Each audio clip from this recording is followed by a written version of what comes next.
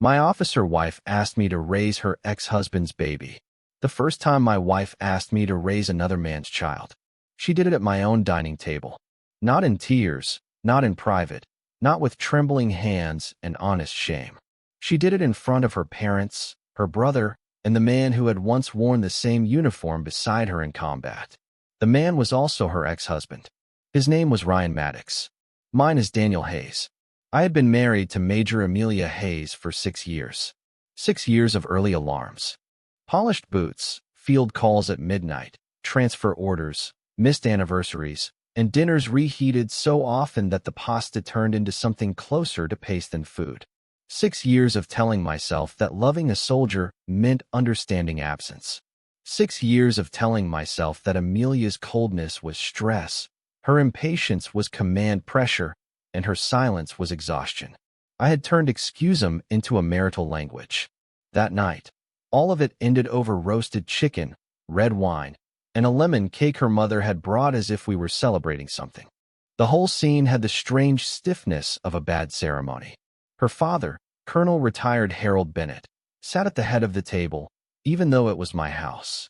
He kept clearing his throat and folding his napkin in half, then in quarters, then opening it again. Her mother, Marlene, watched me with the soft, pitying expression of a woman who had already decided I was about to lose and wanted credit for feeling sorry. Amelia's younger brother, Lucas, sat sideways in his chair, scrolling through his phone with one thumb and smirking like he had been invited to watch a public execution. And across from me, wearing my old gray academy sweatshirt, sat Ryan Maddox. That was the first thing that made something inside me go quiet. Not the way Amelia avoided looking at me. Not the way her hand kept resting over her stomach. Not even the fact that Ryan had the nerve to drink wine from the glasses I had bought for our 5th anniversary. It was the sweatshirt. My sweatshirt. The one I kept on the hook by the mudroom for cold mornings when I walked the dog before work.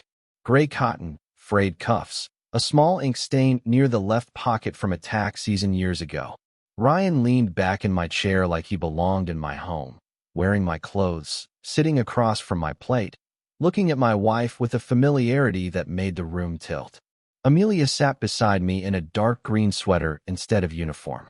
But even out of uniform, she carried herself like a major, spine straight, voice controlled, emotions boxed, labeled, and locked. Then she placed one hand over her stomach and said, "Daniel, we need to have an adult conversation." I looked at my fork. It rested against the edge of the plate. I had cooked that chicken myself because Amelia said her parents were coming over and she was too tired to help. I had made the potatoes the way Harold liked them. I had opened the wine Marlene preferred. I had even bought the lemon cake, because Marlene always complained mine was too dense. Now all of them were staring at me as if the meal had only been bait.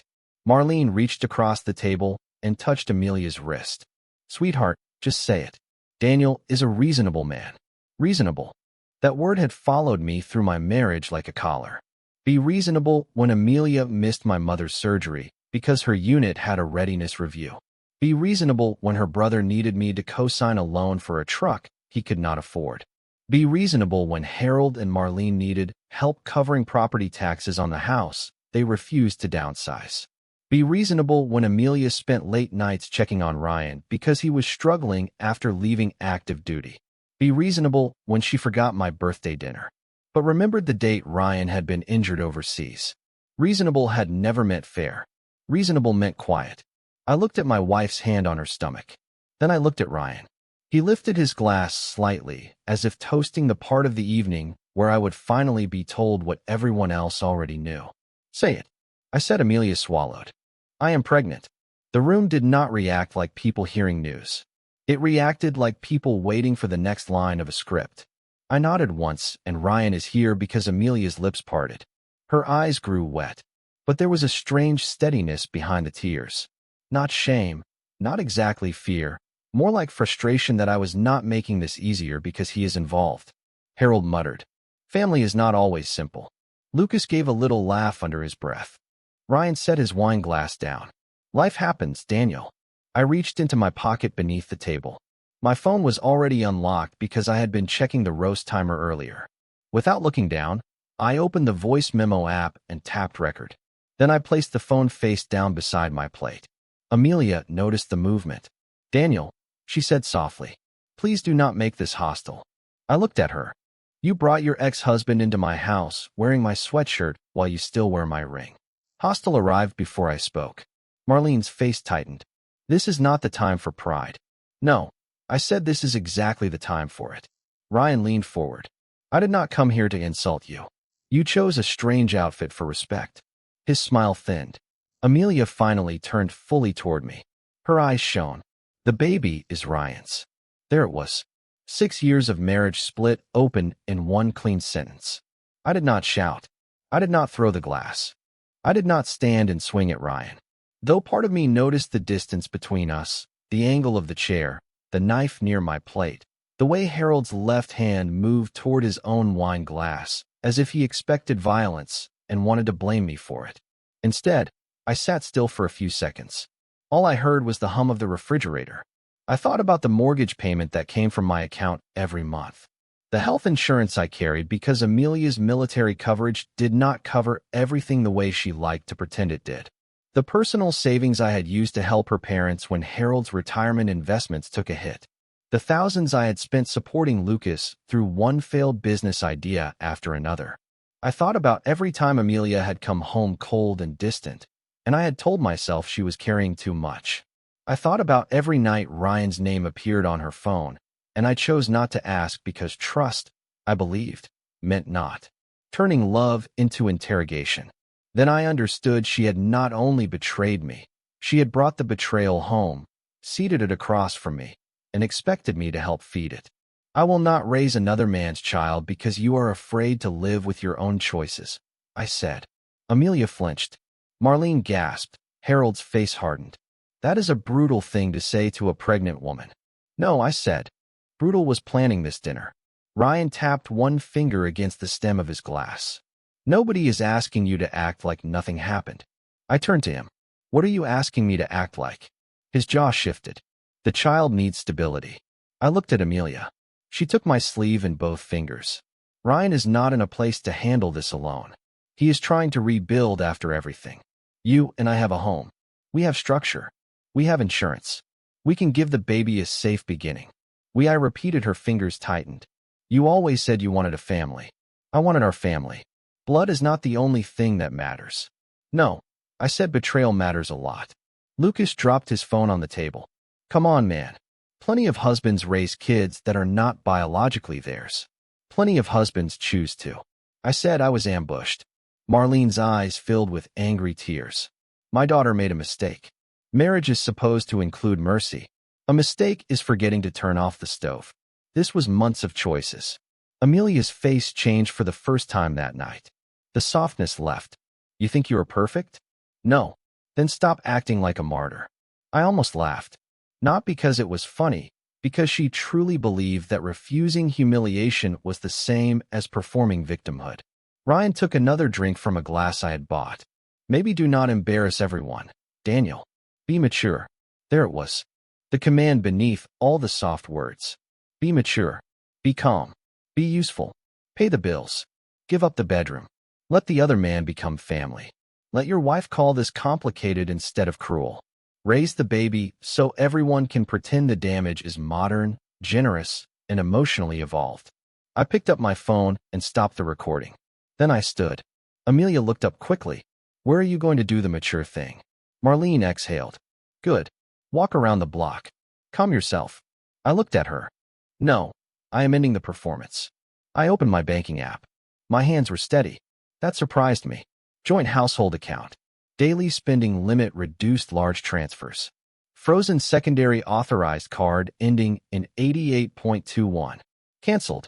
I had added that card 8 months earlier because Amelia said she needed flexibility for family support while I was busy with audit season.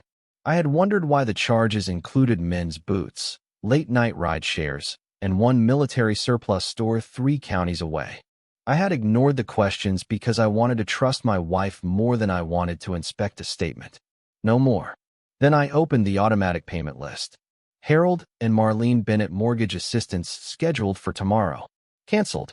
Amelia stood so fast her chair scraped the floor. Daniel, what are you doing protecting myself?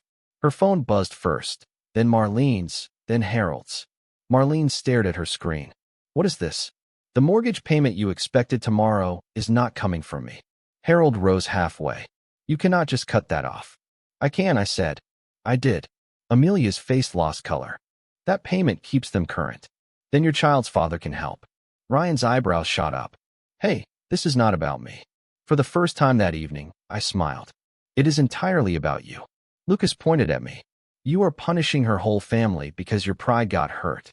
No, I said. I am no longer funding my own replacement. Amelia came around the table toward me. Both hands lifted as if approaching a frightened animal. Daniel, stop, please. We can define boundaries. We can go to counseling. We can figure out what the baby calls you. It does not have to be Dad immediately. The room tilted. Not because I was surprised, because she had already imagined it. She had already designed my title in the lie. I stepped back before she could touch me. Do not come closer. She froze. I took off my wedding ring. The small band had been on my hand for 6 years. I had worn it through hospital corridors, tax audits, late-night grocery runs, military ceremonies, and quiet dinners alone while Amelia was away. I placed it beside my untouched plate. The sound of metal against ceramic was small. It still silenced the room. Amelia whispered, "Please do not do this. You did this." I turned toward the hall. Ryan's voice followed me, smooth and poisonous. "Come on, Daniel. We all know she will come around. You are the safe one." I stopped at the front door. That was his gift. He had said aloud what everyone at the table believed. Safe meant reliable. Safe meant easy to use. Safe meant the man who stayed after others made messes. I turned back and looked at him. Safe does not mean stupid. His smile disappeared. I walked out of the house I had owned before marriage. I got into my truck. Then I called the divorce attorney whose number I had saved 3 months earlier but never used. Her name was Rebecca Lane. She answered on the 5th ring. "Mr. Hayes," she said. "I wondered when you would call." "You were right," I said, pulling away from the curb. "I need to file tonight." "Yes." A pause. Then her voice sharpened. "Are you safe?" "Yes." "Do you have evidence?" "Recording messages. Financial records coming." "Good. Do not threaten anyone. Do not empty shared accounts beyond reasonable protection. Do not go back alone. Send me everything." I already started. A notification appeared at the top of my screen. Bank alert. External transfer completed. Amount $152,000. Recipient Ryan Maddox. Initiated by Amelia Bennett Hayes. Date 6 weeks earlier. I pulled into an empty pharmacy parking lot and stared at the number until it stopped blurring. $52,000 from our reserve account to the man now wearing my sweatshirt and waiting for me to help raise his child. Rebecca was still on the line. "Mr. Hayes," I took a breath. "My wife transferred $52,000 to Ryan Maddox 6 weeks ago. Documented." I took a screenshot. "Done." "Then we begin there." I looked through the windshield at my own reflection in the dark glass. 6 years of marriage had ended at a dinner table. The war over the truth had just begun. I slept in my office that night. Sleep is too generous a word. I lay on the old leather couch under a scratchy blanket, staring at the ceiling tiles while the city moved outside the window. My office sat above a dental clinic downtown. One floor too cold in winter and too hot in summer. 2 filing cabinets, a coffee machine, a bookshelf full of tax codes, forensic accounting manuals, and corporate compliance binders. I had slept there during audit season. I had slept there once during a snowstorm. I had never slept there because my military officer wife asked me to raise her combat ex-husband's baby. At 5:12 a.m., Amelia called for the 34th time. I watched the screen light up, buzz, darken, then light again. When the call stopped, messages started. "Daniel, you are frightening me. This is financial abuse. My parents are panicking. Ryan says you are acting unstable." That last message sat in my hand like something rotten. Ryan says that was the problem. Ryan had been given a voice inside my marriage large enough to diagnose me. I forwarded everything to Rebecca. Then I opened my laptop. Numbers had always made more sense than people. People could lie with tears in their eyes. Numbers lied only when someone forced them to. And forced lies left patterns. The reserve account had existed before my marriage. It began as my emergency fund after I left a regional accounting firm and started my own small forensic practice. After Amelia and I married, I added her as a limited user because she hated asking permission for large household expenses. It makes me feel like a cadet. She had said I had believed her, so I gave access. The first payment to Ryan had not been large. $2,200 description tactical consulting, then $1,850, then $9,400, then hotel charges, ride shares, a luxury watch, a firearms range membership, a training equipment invoice, a rehabilitation retreat, 3 restaurant charges within walking distance of the same hotel, then the $52,000 transfer 6 weeks earlier, total direct payments to Ryan Maddox $194,700 total suspicious charges tied to him, $136,410 total support payments to Amelia's parents over 4 years, $139,000, not counting property tax penalties, medical copays, and 1 emergency roof repair. Harold said he would repay. When the pension adjustment cleared, I leaned back and rubbed my eyes. I had not been blind. Blind would have been kinder. I had been trusting. There is nothing more profitable to a dishonest person than a good person trying not to become suspicious. At 7:30, I called the bank. By 8:20, Amelia's reserve access was revoked. At 8:45, I called the insurance broker and removed Ryan's truck from the discounted bundle Amelia had somehow convinced me to add because, in her words, he is basically unit family. Unit family. I hated that phrase. Now, at 9,005, I confirmed the title of the black SUV Amelia drove. Mine purchased by me, registered to me. Amelia was an authorized driver, nothing more. At 9:40, I sent Rebecca the folder. Her response came back quickly. Do not meet her alone today. At 10:17, Amelia ignored that advice for both of us. She opened my office door without knocking. She wore sunglasses, a cream coat, and the expression she used when a hotel lost her reservation. You froze my card. I looked up from my laptop. Good morning. Do not good morning me. She shut the door behind her. My mother called me crying because their mortgage payment was rejected. It was not rejected. It was canceled. That is cruel. No. Cruel is asking your husband to finance the man who impregnated you. She removed her sunglasses. Her eyes were swollen, but her makeup was precise. Can you not say it like that, accurately, like you want to punish me? I want to stop paying people who hurt me. She looked around the office. She had always disliked this place. Too practical, too modest, too much like the version of me she once claimed to admire and later outgrew.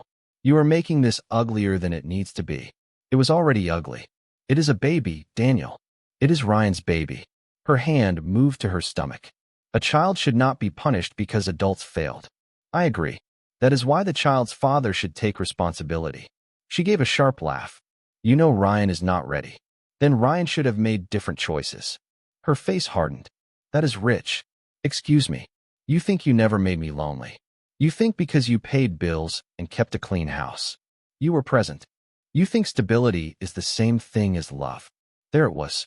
The rewrite. If she could recast my reliability as neglect, then her betrayal could become a response instead of a decision. No, I said, but I know sleeping with your ex-husband does not create love either. She flushed. You went through my accounts. Our accounts from funds I supplied. You had no right. I had every right. She moved closer to my desk. Ryan said you would do this. I stared at her. He said once your pride was injured, you would turn cold and controlling. He got the cold part right. Daniel. I turned the laptop screen toward her. The spreadsheet filled the space between us like a witness. Amounts, dates, vendors, transfers, descriptions. Amelia stopped speaking. I said $194,700 in direct payments, $36,410 in related charges, $52,000 transferred 6 weeks ago. Explain. Her eyes moved across the rows. Some of that was for his recovery. He is not your dependent. He was my teammate. He was your ex-husband. He nearly died overseas. So did a lot of people. They did not all move into my sweatshirt. Her mouth tightened. I clicked another tab. Hotel downtown. 3 nights. Dinner for 2, spa charge, parking, Room service. Would you like to explain that as recovery, too? Stop. No. Stop humiliating me. You brought him to my table. I was trying to be honest. You were trying to manage damage. Her eyes flashed. Fine. I handled it badly, but punishing my parents is not fair. Your parents have their own mortgage. You promised to help when I thought I was helping family. They are your family. No, I said they are your parents. The sentence hit her like a foreign language. For years, Amelia had treated family as a one-way road. Her needs traveled freely toward my wallet. My time, my patience, mine were redirected at checkpoints. My lawyer will send temporary terms, I said. Until then, use your salary. Ask Ryan. Ask your parents. You cannot use me. Her eyes narrowed. Lawyer. Yes, you are really filing. I already did the intake. You are upset. I am clear. She gripped the edge of my desk. I am pregnant. I know. And you are abandoning me. No, I am refusing to be assigned a role in a life you built behind my back. She shook her head. You make everything sound clean. Marriage is messy. Messy is forgetting laundry in the washer. This is fraud with maternity clothes. Her mouth opened, then closed. I reached into my drawer and took out an envelope I had prepared that morning. She watched me place it on the desk. What is that? Notice to return the SUV by Friday at 5 o'clock. Her face went white. You are taking my car. My car. I need it for duty travel. Use Ryan's truck. It barely runs. Then he can rebuild his life faster. She slammed her palm on the desk. You are being vindictive. I am being accurate. You cannot strip away my life overnight. I am stripping away my funding. Her phone buzzed. She looked down and closed her eyes. Mom says the bank called again. Then Mom can call Ryan. She looked up. Why do you keep saying his name like that? Because you keep acting like he is a tragedy instead of a man who made choices. Her jaw trembled. He was my first love. I was your husband. Silence filled the office for a moment. I saw the woman I had married. Not Major Amelia Hayes. Not the disciplined officer. Not the daughter who could turn her parents' demands into moral obligations. Not the woman who had sat at my table and asked me to swallow betrayal as duty. Just Amelia, scared, cornered, still selfish. Daniel, she whispered, I do not know how to do this without you. That nearly reached the old part of me. Nearly. Then my phone buzzed with an unknown number. I let it go to voicemail. Amelia wiped her cheek. Please come home tonight. We can talk without everyone. I will tell Ryan not to come. You should have done that before he became the father of your child. Her eyes hardened again. You do not have to be cruel. I do. Warmth is what you exploited. She stared at me as if she hated me and needed me in the same breath. Then she picked up the envelope and threw it back onto my desk. Keep your stupid car, but if you drag me into court, I will tell everyone you financially abused your pregnant wife. Say whatever you want, I said. Just remember what I do for a living. She froze. She had forgotten that most people did. I was not just a husband who paid bills. I was a forensic accountant. I found money people try to hide. I reconstructed deleted patterns from careless fragments. I testified in rooms where people with expensive lawyers learned that numbers do not care about tears. Amelia turned and left. The door slammed hard enough to shake the glass. My voicemail transcription appeared. Mr. Hayes, this is Victoria Rains. I chair the Oversight Board of North Star Military Housing and Supply, where Major Hayes is currently assigned as procurement liaison. We have a potential financial irregularity involving a vendor connected to Ryan. Maddox, your name was given as someone who can trace money quietly. Please call me. I read it twice. Then a third time. Amelia had threatened to drag me into her professional world. She had no idea her professional world had already called me. Victoria Rains' office did not look like power.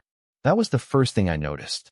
No wall of medals, no oversized desk, no leather chairs designed to make visitors sink lower than the person across from them. Her office sat on the 18th floor of a federal contracting oversight building near the river, but the room itself was spare. Round table, 2 gray chairs, 1 framed photograph of a warehouse being converted into military family housing. Victoria stood when I entered. She was in her late 50s, tall, composed with iron gray hair pinned at the nape of her neck. Her dark blue suit looked expensive but not decorative. She had the calm of a woman who had fired important people without raising her voice. "Mr. Hayes," she said. "Thank you for coming." "Ms. Raines." "Victoria is fine." A woman near the window stood with a tablet. "This is Elaine Porter, outside counsel, that told me the situation had teeth." Victoria gestured to the chair across from her. "Before we begin, I want to be clear. I did not call you because you are Major Hayes' husband. That is refreshing." A brief smile moved across her face. "I called because two separate people recommended you for discreet forensic work. One was a bank compliance officer. The other was a founder whose company you helped recover from an internal embezzlement scheme." That sounds more dramatic than it was. Elaine looked over her glasses. "I read the file. It was exactly that dramatic." I sat. Victoria opened a folder and slid it across the table. "North Star has had abnormal vendor spend for 9 months. Not large enough at first to trigger alarm, then larger. It was categorized under military family support programming, veteran reintegration services, communications, consulting, and housing outreach." I did not touch the folder yet.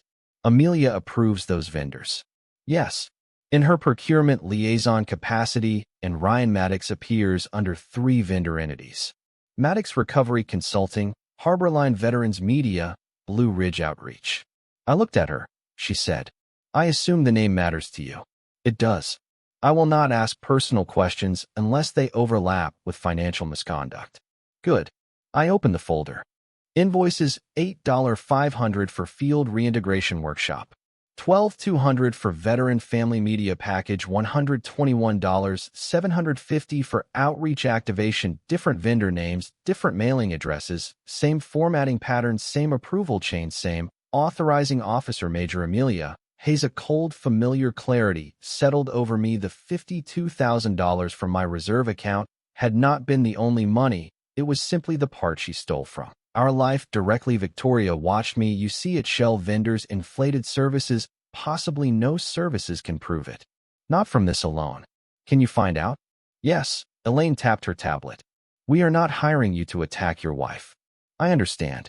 "Do you?" Victoria asked. I met her eyes. "Yes, my marriage is personal. Fraud is arithmetic." That earned me a real smile. "Good."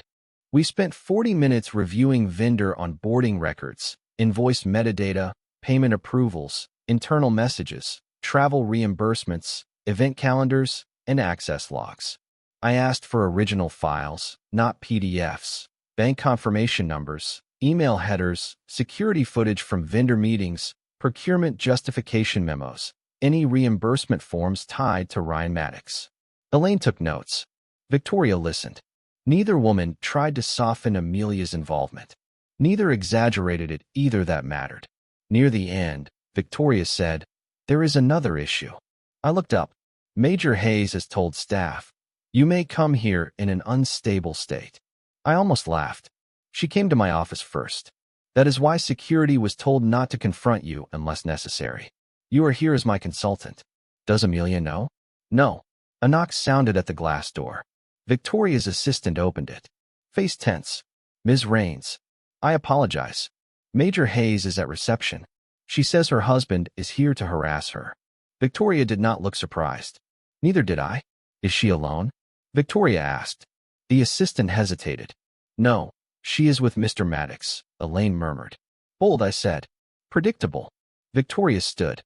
"Mr. Hayes, would you prefer to leave through the rear corridor?" "No." Her eyes sharpened. "She accused me of coming here to harass her. If I hide, she gets to keep the shape of the lie." Victoria studied me for a moment. Then she nodded. "Then we walk out together." Reception was all polished concrete, muted flags, low couches, and potted plants too perfect to be alive. Amelia stood near the front desk in her uniform pants and civilian coat, one hand over her stomach. Ryan stood beside her in designer sneakers. I suspected I had paid for. His hands were in his pockets. His mouth held the same faint smirk from my dining room. 3 employees hovered nearby, pretending not to listen. Amelia saw me and instantly turned wounded. "Daniel," she said loudly, "why are you here?" Ryan stepped forward like a cheap bodyguard. "This is harassment, man." I stopped 10 feet away. Victoria stood beside me. "I was invited," I said. Amelia blinked. "By whom?" "By me," Victoria said. Amelia looked at her. I am sorry.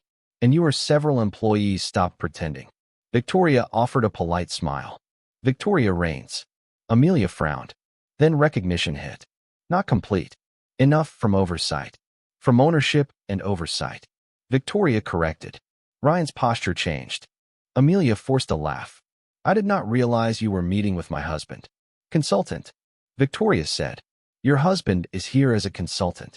A consultant for what? Elaine stepped out behind us. Financial review. Amelia looked from Elaine to Victoria to me. For once, she did not have a script ready. Ryan recovered first. That sounds like a conflict of interest. I looked at him. Does it? You are obviously emotional. Amelia is pregnant. You are trying to damage her career because your pride got hurt. A woman at reception inhaled softly. Amelia placed a hand on Ryan's arm as if to restrain him, but her face showed relief. He had found an angle she could use. Victoria turned to Ryan. Mr. Maddox, are you currently employed by Northstar Military Housing and Supply? He lifted his chin. I provide reintegration consulting. Through which entity? His smile faltered. That depends on the project. That answer concerns me. Amelia cut in. Victoria with respect. My personal situation is complex. Daniel is retaliating. He froze accounts yesterday. Our accounts. I said after you transferred nearly $200,000 to him. Reception went silent. Amelia's face drained. Ryan barked a laugh. That is private. Company money is not. Victoria said. Ryan turned to her. I do not know what you think you have, but I am not some criminal. No one called you one, Elaine said. Interesting that you heard it. A security officer appeared near the elevators. Present, not threatening. Amelia noticed and lowered her voice. Daniel, please stop this. Stop what? Punishing me. I looked at her stomach, then at Ryan's shoes, then back at her face. I am documenting reality. Her eyes filled. You used to protect me. I protected my wife. I am now protecting myself.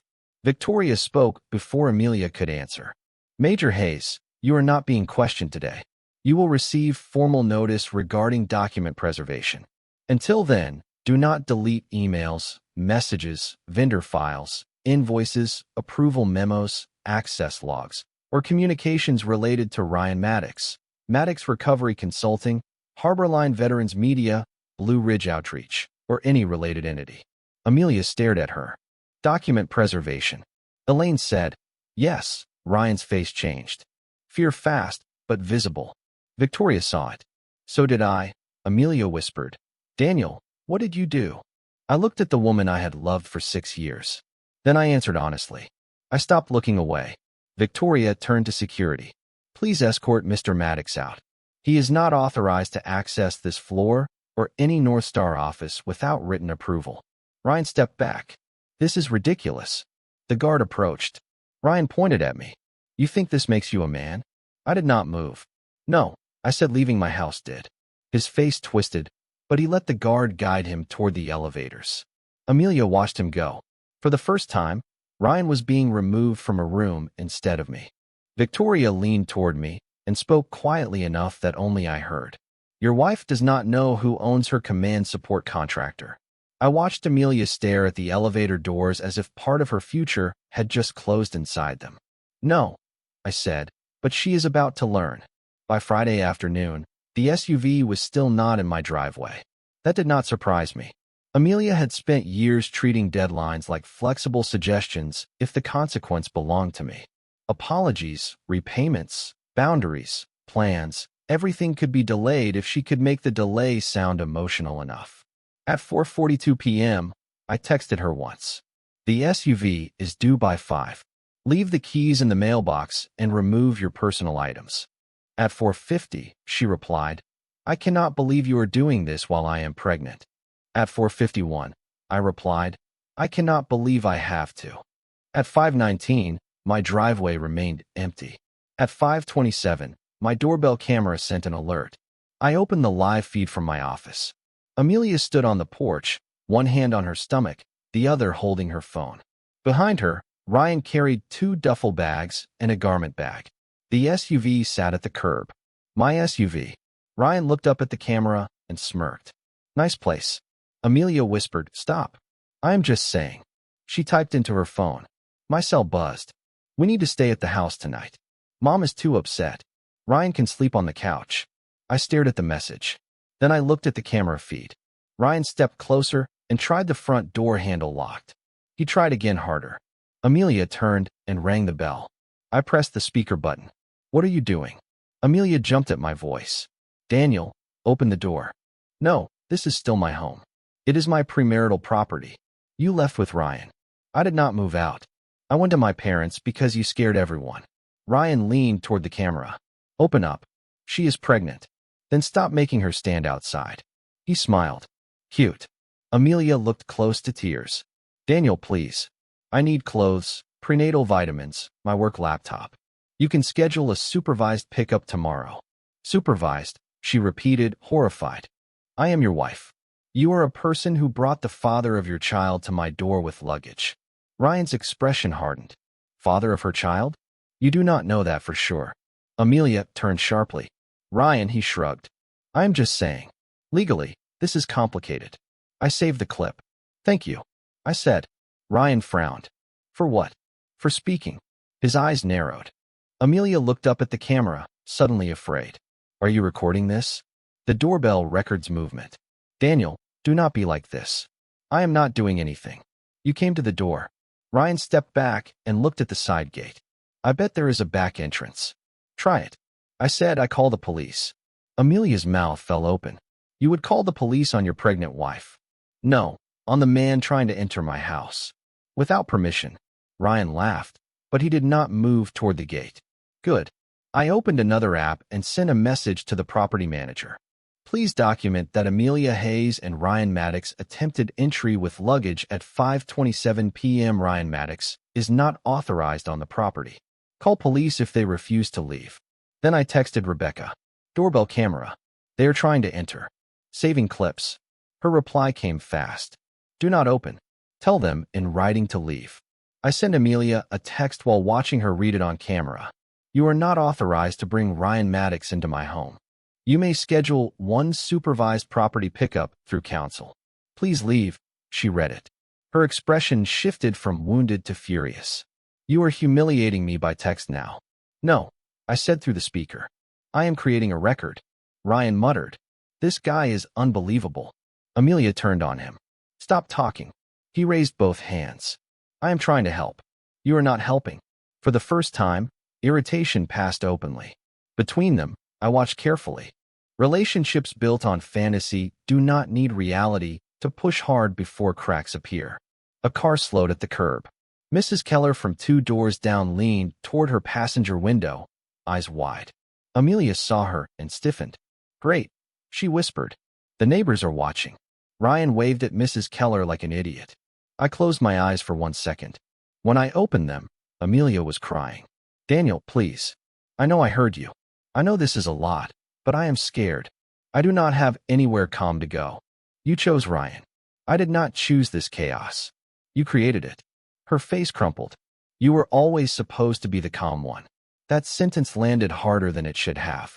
Not because it was loving, because it revealed my function. I was not her partner in that moment.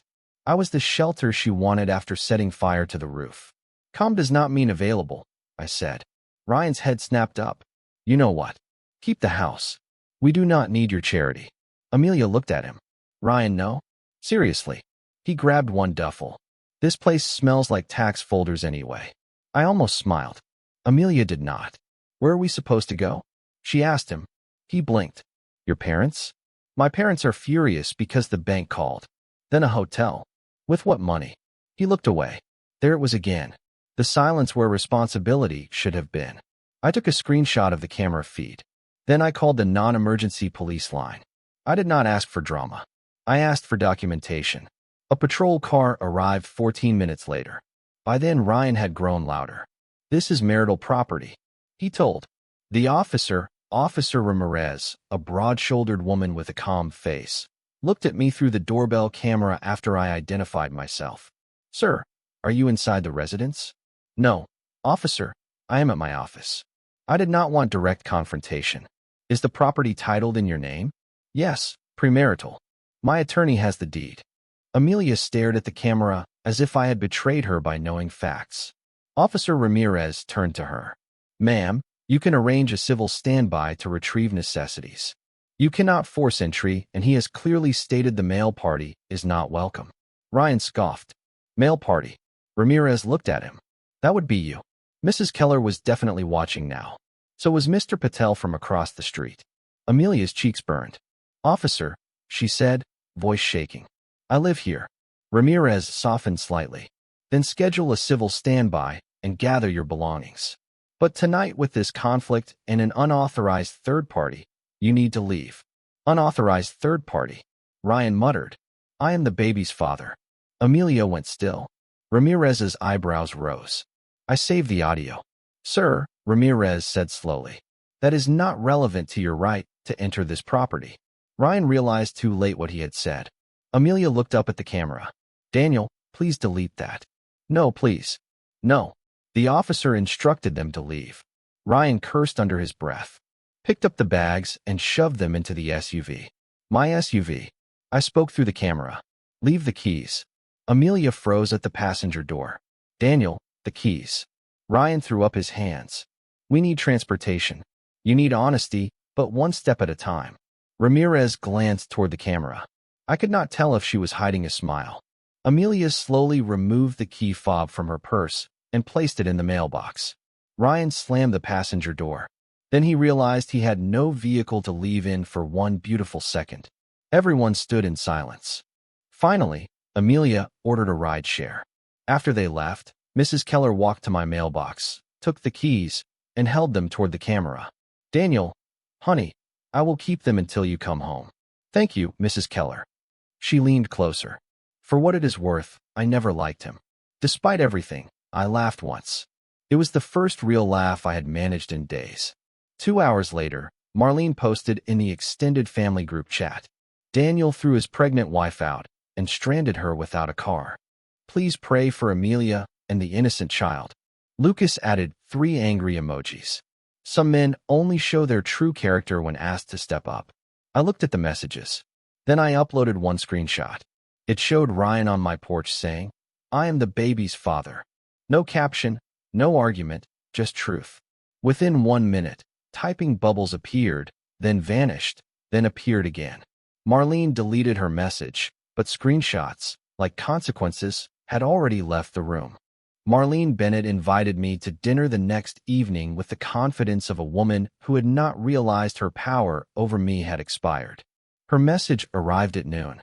We are meeting, clears throat, at Bolaro's at 700. Family needs to settle this. Do not embarrass Amelia further. Bring your checkbook and an open heart.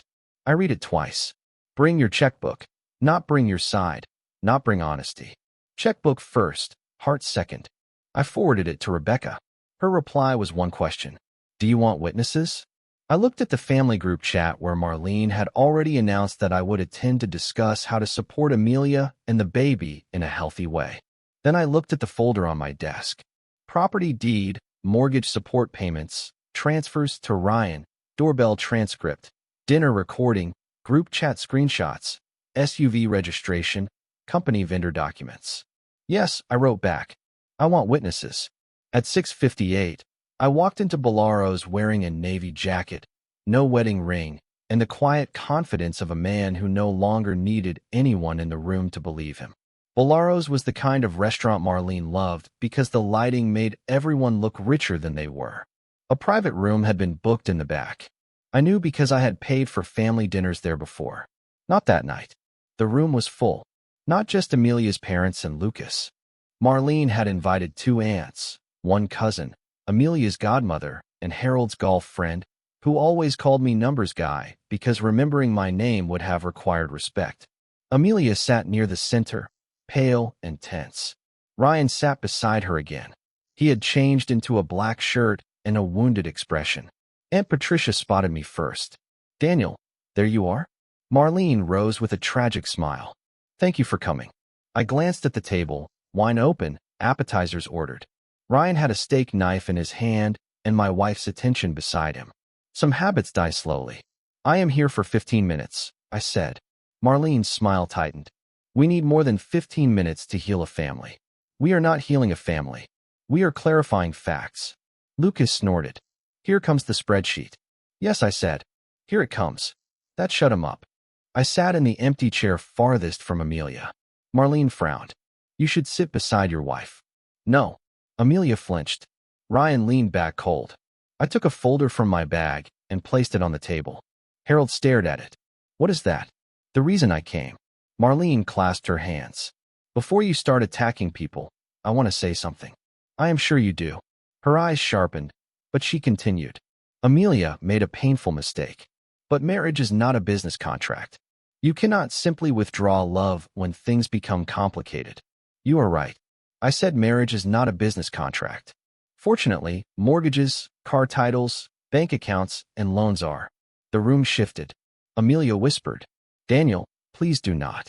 I looked at her. You had privacy. You brought Ryan to it. Ryan set down his knife. I am here because Amelia asked me to be here. Of course you are. Marlene lifted her chin. This child deserves stability. Then let us discuss stability. I opened the folder and slid the first page to the center of the table. The house was purchased by me 3 years before I married Amelia. She has no ownership interest. Harold's girlfriend leaned forward despite himself. Marlene said, a marital home is still a home. Not when you try to move the baby's father into it without the owner's permission. Aunt Patricia's head snapped toward Amelia. Amelia closed her eyes. I slid out the second page. The SUV Amelia drove is titled to me. It was returned yesterday after police documented that Ryan attempted to enter my home. Lucas leaned forward. You called cops on a pregnant woman. I tapped the page. Officer Ramirez documented that Ryan identified himself as the baby's father on my porch. Aunt Patricia whispered. He said that Ryan's jaw tightened. That was taken out of context. I looked at him, explained the context. He opened his mouth. Nothing came out. I took out my phone and played the 12-second clip. Ryan's voice filled the private room. I am the baby's father. Then Officer Ramirez's voice. Sir, that is not relevant to your right to enter this property. The room went silent. A server entered with calamari. Sensed death in the air and backed out. Marlene's face turned blotchy. You recorded a private family situation. It was my front porch. Amelia's godmother June looked at her. Honey, is this true? Amelia's voice broke. It is complicated. June sat back slowly. That means yes. Ryan leaned forward. I am not denying biology, but Daniel is making this about ownership and money when a child is involved. I turned another page. Speaking of money, Amelia's eyes flew open. No, I did not raise my voice. I did not need to. Over the last 2 years, Amelia transferred at least $194,700 from accounts I funded to Ryan Maddox. Additional charges tied to him total $36,410 6 weeks ago. She transferred $52,000 from our reserve account, and Patricia gasped. Harold looked at Amelia. $52,000. Marlene gripped her napkin. Lucas said that could be for anything. Correct? I said, so I brought descriptions. I passed copies down the table. Training, consulting, hotel, luxury retail, ride share, range membership, recovery retreat, direct transfer. Amelia covered her face with one hand. Ryan looked around the table. Suddenly, less like a wronged lover and more like a man searching for exits. Marlene found her voice. Why would you bring this here? Because you invited witnesses. Her mouth opened then shut. Harold said quietly, Amelia, did you send him that money? She did not answer. That was answer enough. Ryan stood. This is a setup. I looked up at him. Sit down. He laughed. You do not tell me what to do. No, the restaurant manager might. He frowned. What? The private room door opened. A man in a gray suit stepped inside. I recognized him from the bar area. He looked at Ryan with the exhausted expression of someone meeting an unpaid invoice in human form. Mr. Maddox, he said. I thought that was you. Ryan went pale. The manager turned to me. Mr. Hayes, you asked us to confirm whether any guest in this room had an outstanding balance. Mr. Maddox does. March private lounge rental unpaid. Also a chargeback dispute. Every head turned to Ryan. He pointed at the manager. That was handled. It was not, the manager said. Lucas muttered. Dude. Ryan glared at him. Amelia looked like she might be sick. Marlene stood. This is unnecessary. No. Aunt. Patricia said sharply. Let him finish. Marlene stared at her sister. Aunt Patricia folded her arms. You dragged us here and told us Daniel abandoned Amelia. You left out the part where Amelia emptied money into her ex-husband. June nodded slowly. And the part where the ex-husband is sitting here eating dinner. Ryan threw his napkin onto the table. I do not need this, I said. You do need to know one thing, he paused. Any future contact with me goes through counsel. Any attempt to enter my property will be reported. Any use of my accounts, cards, insurance, address, vehicle, or name will be treated as fraud. Amelia whispered. Daniel. I looked at her. Same for you. Her mouth trembled. You are treating me like a criminal. No, I am treating you like someone I can no longer trust. Harold leaned back, looking old and tired all at once. What about our mortgage? Marlene asked, voice small but still entitled. I almost admired her focus. I removed the final document. A repayment summary. The support I provided you was family assistance. I am not suing tonight, but I will not pay another dollar. If you want a repayment schedule for what you owe, Rebecca will discuss it with your attorney. Marlene stared at the paper as if it had teeth. You would do that to us. You did this to yourselves. Amelia stood, tears sliding down her face. I know I heard you, but you are destroying everyone. I gathered the folder. No, Amelia. I was holding everyone up. You mistook that for being beneath you. The room went quiet. No one defended her. That was the first public turn. Small, incomplete, but real. I walked toward the door behind me. Ryan snapped. You think she will choose you after this? I stopped and looked back. Amelia was staring at him now, not at me for the first time. She seemed to see that the man she had chosen brought nothing to the table except another bill. That is the part you still do not understand, I said. I am not asking her to choose me. Then I left. Then with the food, the unpaid history, and the truth cooling on the table, the hospital called me on a Tuesday morning. Mr. Hayes, a woman asked. This is Northridge Women's Health confirming your attendance for Major Amelia Hayes's prenatal appointment tomorrow. I was standing in line for coffee. The man ahead of me was arguing about oat milk for 1 second. Normal life felt offensive. I did not schedule that appointment, I said. Papers rustled. You are listed as spouse and support person. Remove me as support person. A pause, sir. Major Hayes requested that you sign several forms in person. What forms? Insurance coordination, birth registration, pre-information, and optional parental acknowledgement preparation. The coffee shop noise faded. Parental acknowledgement. She had not only asked me privately, she had started building paperwork around the lie. Please note that I will not attend. Sign, authorize, or acknowledge paternity. Any form requiring my signature must go through my attorney. The woman's tone became careful. Of course, sir. I gave her Rebecca's information, stepped out of line, and called my lawyer. Rebecca listened without interrupting. Do not ignore the appointment, she said. Why not? Because she may claim you refused medical support in a vulnerable moment. We create a clean record. You attend the public area, decline legal forms, and leave calmly. I will send an associate. Always calmly, I said. Exactly. The next afternoon, I walked into Northbridge Women's Health with Rebecca's associate, Paul Lynn, a sharp young attorney who looked too polite until someone tried to bully him. Amelia was already in the waiting room. So was Ryan. He sat beside her, scrolling through his phone. Amelia wore a soft blue dress. She looked smaller when she saw me. Relief and Ryan stood. Of course, because to you this is about paperwork. Paul stepped forward. Mr. Hayes will not discuss legal matters directly. Ryan looked him over. And you are counsel. Amelia whispered.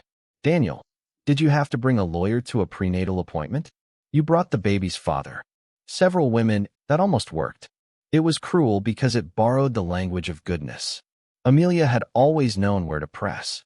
My responsibility, my empathy, my belief that children deserve protection, but protection without truth becomes a trap. I remember who I am. I said that is why I am here with a lawyer. A nurse called Amelia's name. Amelia looked from me to Ryan. Ryan did not move. She noticed. So did I? Are you coming? She asked him. Yeah, he said too quickly. Of course, the nurse checked her clipboard. Only one support person. The room became painfully quiet. Ryan's eyes slid toward me. Well, he is the husband. I almost laughed. Amelia turned to Ryan slowly. What? He shrugged. Legally, for now, it might be easier for insurance. The last color left her face. I said nothing. That silence did more damage than any insult. The nurse looked uncomfortable. Ma'am, Amelia swallowed. Ryan, I need you in there. He shifted. I want to be there. But if forms come up, Daniel should hear them. Paul said, Mr. Hayes will not sign anything. Ryan snapped. Nobody asked you. I am here precisely because someone did. Amelia wrapped both arms around herself. I do not know what to do. I looked at Ryan. Try asking the father. Ryan glared. You are enjoying this. No, I am documenting it. Paul held up his phone slightly. Recording. Ryan saw it and stepped back. The nurse cleared her throat. We need to proceed. Amelia chose Ryan. She did it with hesitation, but she chose him. They disappeared through the door. I sat in the waiting room beside Paul. Across from us, an older woman with a knitting bag gave me a look of such fierce sympathy that I had to look away. 23 minutes later, the exam room door opened. Amelia came out crying. Ryan followed angry. That doctor had no right to ask me about legal responsibility in front of her. He said. Paul stood. I remained seated. Amelia's eyes found mine. He said we should speak to a family law attorney before the birth. That is good advice. Ryan scoffed. Doctors think they know everything. He asked Ryan if he was prepared to be listed as the father. Amelia whispered. Her face crumpled. Ryan said, we needed to explore options. There it was. Options, the favorite word of people who wanted benefits without consequences. Amelia turned on him. You said you wanted this baby. I do. You said you loved me. I do. Then why would you not say yes? Ryan lowered his voice. Because Daniel is still legally your husband. If he is willing to provide insurance. We do not need to rush. The waiting room heard enough. A young man in the corner muttered. Wow. Ryan pointed at him. Mind your business. The young man lifted both hands gladly. Amelia looked at me shattered. Did you know he would say that? No, I said I suspected. Paul handed Amelia an envelope. She stared at it. What is this? Temporary filing notice, Paul said. Petition for divorce, preservation of financial records, and notice of non-acknowledgement of paternity. Her hand shook so hard the envelope bent. At the hospital, she whispered. Rebecca had warned me the timing would look brutal, but Amelia had tried to use the hospital to pull me toward legal fatherhood. I had answered in the same building on the same record. Before the risk grew teeth, I stood. I hope the baby is healthy, I said. I mean that, but I will not become the legal shield for what you and Ryan chose. Ryan stepped toward me. You smug son of a Paul moved between us. Do not. The nurse at the desk reached for the phone. Ryan stopped. Amelia clutched the envelope against her chest. Daniel, please do not leave. I already did. I walked out of the clinic in the parking lot. My phone buzzed. Victoria. Internal hearing scheduled Friday. Major Hayes and Ryan Maddox are named in preliminary findings. You should be present. Below that, another message appeared from an unknown number. This is Ryan. We need to talk like men. You do not want everything coming out. I looked at the threat for a long moment. Then I forwarded it to Rebecca, Paul, and Victoria. Ryan was right about one thing. Everything was coming out. North Star held its annual military family charity gala at the Monroe Hotel, a place built for chandeliers, polished marble, and lies that looked beautiful under warm lighting. Amelia had helped plan the event for months. She had chosen the donor wall, the silent auction, the military spouse scholarship table, the floral installations, and the soft ivory backdrop where officers and board members took photographs pretending their smiles were spontaneous. I knew because she had talked about it at dinner for half a year back then. She called it her career-defining night. By Friday, it had become something else, a room full of witnesses. Victoria asked me to attend as part of the investigation team. Rebecca approved. Provided I did not confront Amelia privately, Elaine would be there. So would 2 internal auditors, company security, and a representative from the insurance carrier. Fraud, I had learned, attracted a crowd once it got expensive enough. I arrived at 7 in a black suit I had bought for an anniversary dinner Amelia had canceled because Ryan needed grounding after a bad week. The irony felt appropriate. The ballroom glittered. A string quartet played near the donor wall. Officers in dress uniforms moved among executives in dark suits. Military spouses smiled over champagne. A photographer captured staged laughter beneath warm lights. North Star's logo glowed behind the stage. Amelia stood near the entrance in a dark red dress, one hand resting over her stomach. Ryan stood beside her. He wore a velvet jacket and the same smug expression that never seemed to match his legal situation. When Amelia saw me, her smile died. Ryan's grew. Bold move. He said as I approached showing up at her event, I was invited. By your imagination. Before I could answer, Victoria appeared at my side. By me? She said. Ryan's face tightened. Amelia looked around quickly. Victoria, can we not do this here? This night matters to the organization. Yes, Victoria said. It does. Amelia lowered her voice. If this is about the review, I can explain everything next week. You had your chance to preserve records. I did. Ella stepped up behind Victoria. You deleted messages from the vendor approval channel. Amelia froze. Ryan's head turned sharply toward her. I did not delete anything important. Amelia said. That was not your decision to make, Elaine replied. A board member approached, smiling uncertainly. Victoria, is everything all right? Victoria turned to him. Not yet. Those two words carried farther than they should have. People began to notice. Amelia whispered, Please, it was not directed at Victoria. It was directed at me. I did not answer. The program began at 7:30. Amelia took the stage with the confidence of a woman, walking over thin ice while pretending it was marble. She welcomed donors, military families, praised courage, resilience, sacrifice, and the spaces we build for those who serve. I stood near the side of the room with Elaine. When Amelia said, At North Star, trust is the foundation of every home we build. Elaine made a small note on her tablet. Ryan stood near the front, clapping too loudly. Then Victoria stepped onto the stage. The applause changed. Not louder, sharper, more aware. Most employees knew Victoria as an oversight chair. Few knew she controlled majority ownership through Rain's Meridian Holdings. That was by design. Victoria preferred operators to operate and owners to watch. That night watching ended. Thank you, Major Hayes, Victoria said, taking the microphone. Amelia stepped aside, smile fixed. Victoria looked out across the ballroom. Tonight was meant to celebrate our military family support programs. We will still honor those families. Their work, their sacrifice, and their trust matter. But before we continue, I must address a matter of institutional integrity. The ballroom quieted. Amelia's fingers tightened around her cue cards. Ryan stepped back half a pace. Victoria continued.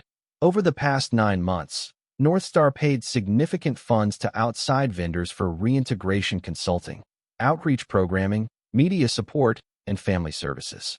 A preliminary review has identified serious irregularities involving vendor identities, invoice, authenticity, personal relationships, and undisclosed conflicts of interest.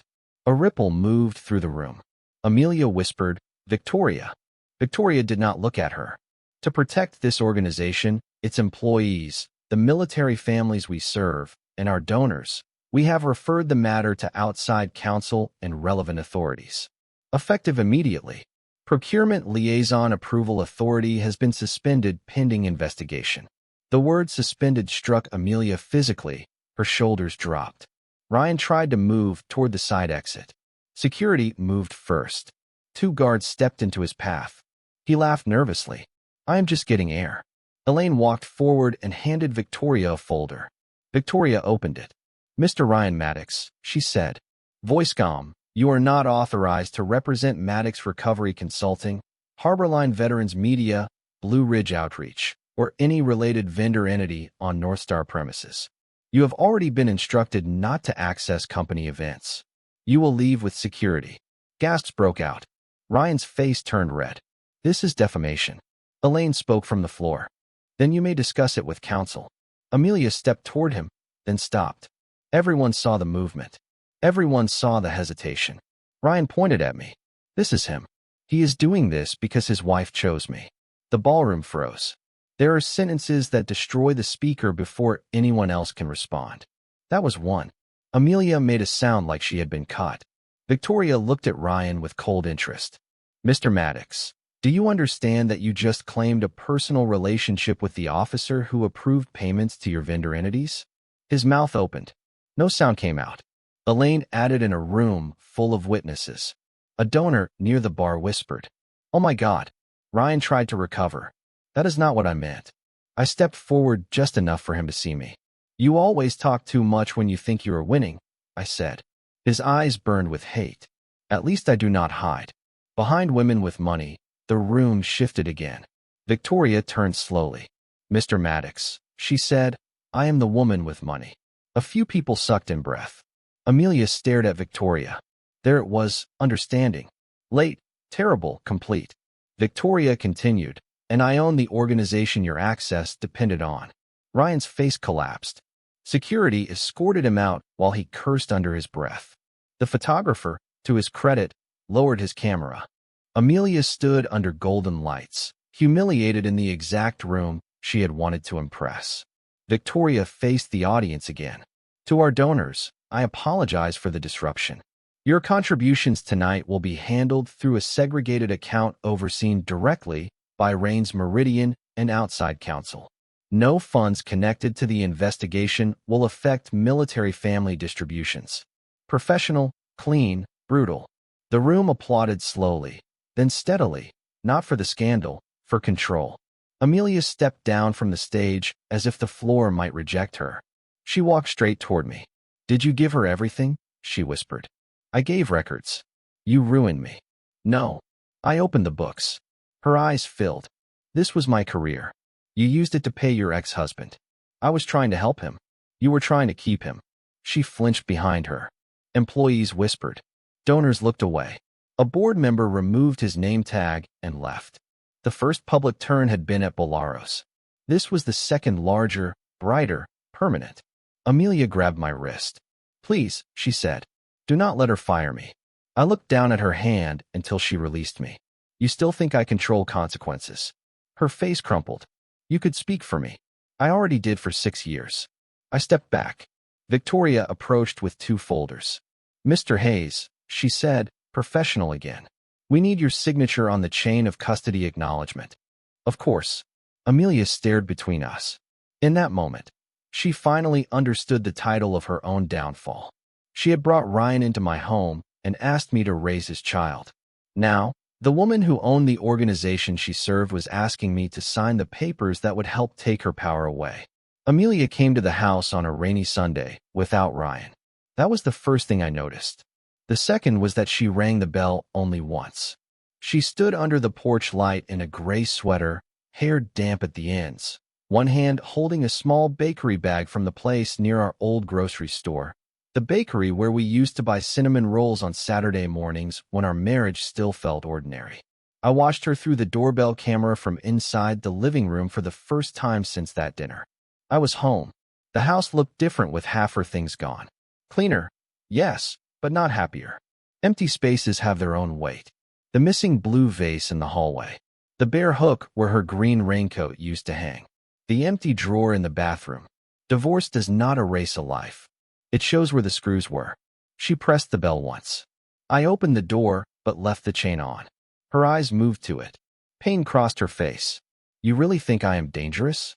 "I think the chain is useful." She looked down at the bakery bag. "I brought the cinnamon rolls you like." "I am not hungry." "No," she said softly. "I guess not." Rain ticked against the porch roof. She looked smaller without an audience. No parents behind her. No Ryan smirking over her shoulder. No Lucas turning cruelty into jokes. Just Amelia, wet-eyed, pregnant, standing at the door of a house she thought would always open. "Can we talk?" she asked. "Through the door." Her mouth tightened. "Daniel, through the door." She swallowed. "Fine," I waited. She took a breath. "North Star suspended me." "I know. Of course you do." I submitted records. "I am not part of the employment decision." You and Victoria looked close at the gala. There it was.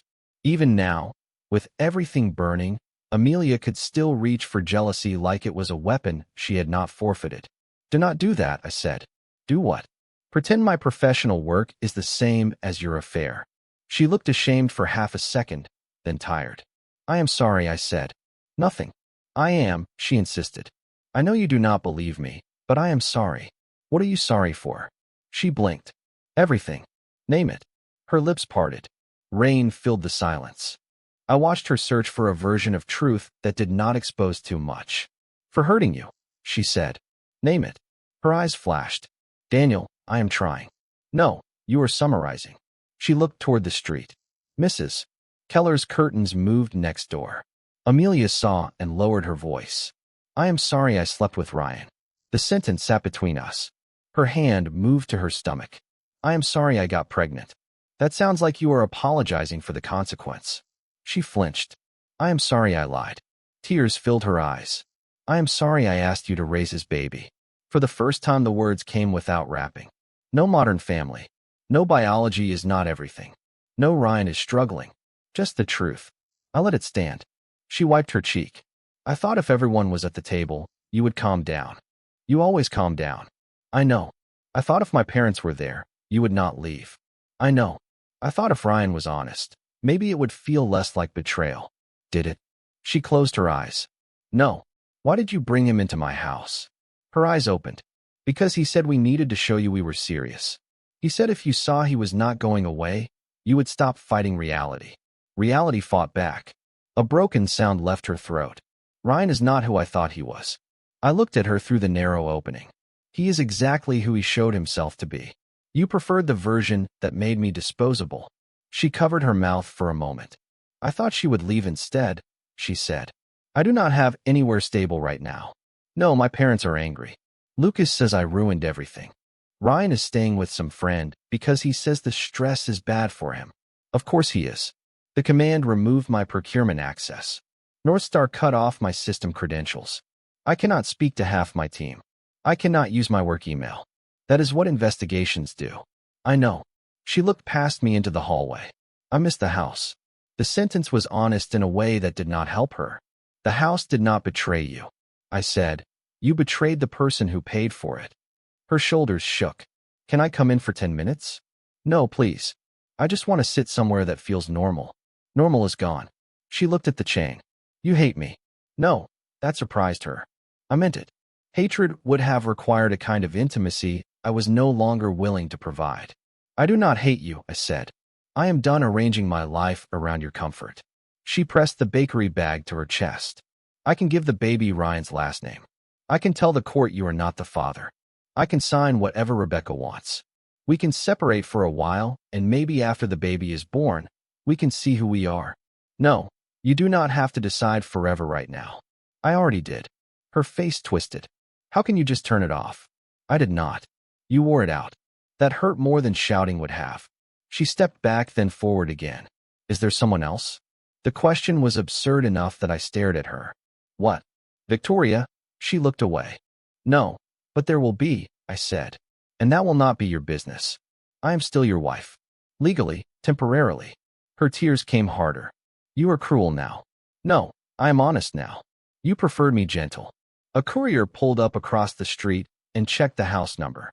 He came to the porch with an envelope. Daniel Hayes. Yes. I opened the door only as far as the chain allowed and signed through the gap. He handed me the envelope and left. Amelia stared at the return address. Lane Family Law. More papers, she whispered.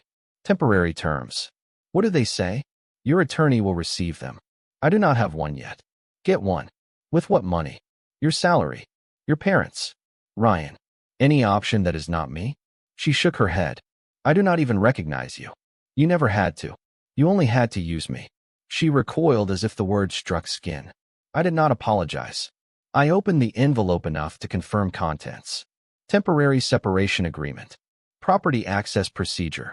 Non-acknowledgement of paternity. Preservation demand. Claim for reimbursement of marital funds diverted to Ryan. Notice regarding unauthorized account use. Clean pages. Clean language. A clean blade. Amelia saw my expression and knew. Is there any version of this where you forgive me? Yes. Hope lit her face. I let it live for 1 second. Forgiveness is not reconciliation. The hope died. That is not fair. Neither was asking me to raise his child. She looked down at her stomach. Do not say it like the baby is a punishment. The baby is innocent. You are not. A sob broke from her. I softened my voice, but not the words. I hope you become a good mother. I hope you tell the truth from the beginning. I hope you stop confusing whoever rescues you with whoever loves you, but it will not happen in my house. She stood there for another minute, rain misting around her. Then she placed the bakery bag on the porch. I do not know who I am without you, she said. I looked at the woman who had once been my future. That is exactly why you need to find out without me. I closed the door through the camera. I watched her pick up the bakery bag again before leaving. Some part of me was glad she took it. Some endings do not need souvenirs. That night, while I labeled documents for Rebecca, my phone rang. Unknown number. I answered because unknown numbers had become the soundtrack of my divorce. Mr. Hayes, a woman said, "This is Officer Ramirez. We met through your doorbell camera." "Yes, officer. We recovered your SUV near Pier 6. I sat up, recovered. It appears Mr. Ryan Maddox had a copied key fob or retained access somehow. Vehicle was found after a parking complaint. We need you to identify it." My grip tightened around the phone. Was he arrested?